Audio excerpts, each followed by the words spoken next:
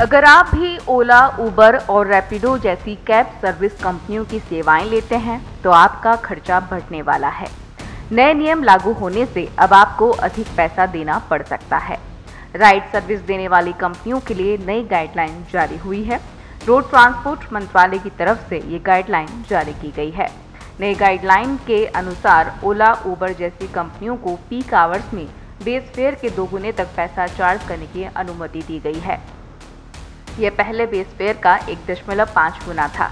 वहीं नई गाइडलाइन के अनुसार ये कंपनियां नॉन पीक आवर्स में बेस फेयर के 50% से कम चार्ज नहीं कर सकती है।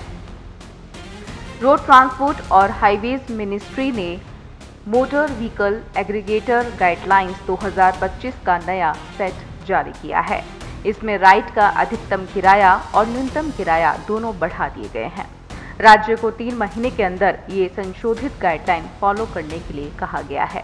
हालांकि बेस फेयर राज्य सरकार ने अपने लेवल पर तय कर सकती है। अगर राज्य सरकार तय नहीं करती है तो कंपनियां भी बेस फेयर तय कर सकती है। कंपनियों को इसकी सूचना मंत्रालय को देनी होगी।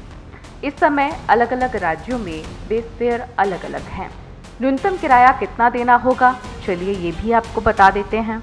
बहुत बार ट्रैफिक का दबाव कम होता है, वीकेंड पर ट्रैफिक काफ़ी कम रह जाता है। ऐसे में कैब कंपनियां ग्राहकों को राइड पर भारी डिस्काउंट देती थी, लेकिन अब ये बंद हो जाएगा। अब बेस फेयर का कम से कम 50% किराया देना ही होगा। गाइडलाइन में कहा गया है कि अगर ड्राइवर बिना किसी स्पेसिफिक कारण के राइड कैंसिल करता है तो उस पर किराया का 10% अधिकतम 100 रुपये पेनल्टी लगेगी। अगर पैसेंजर बिना किसी स्पेसिफिक कारण के राइड कैंसिल करता है तो उस पर भी किराया का 10% यानी अधिकतम 100 रुपये पेनल्टी लगेगी।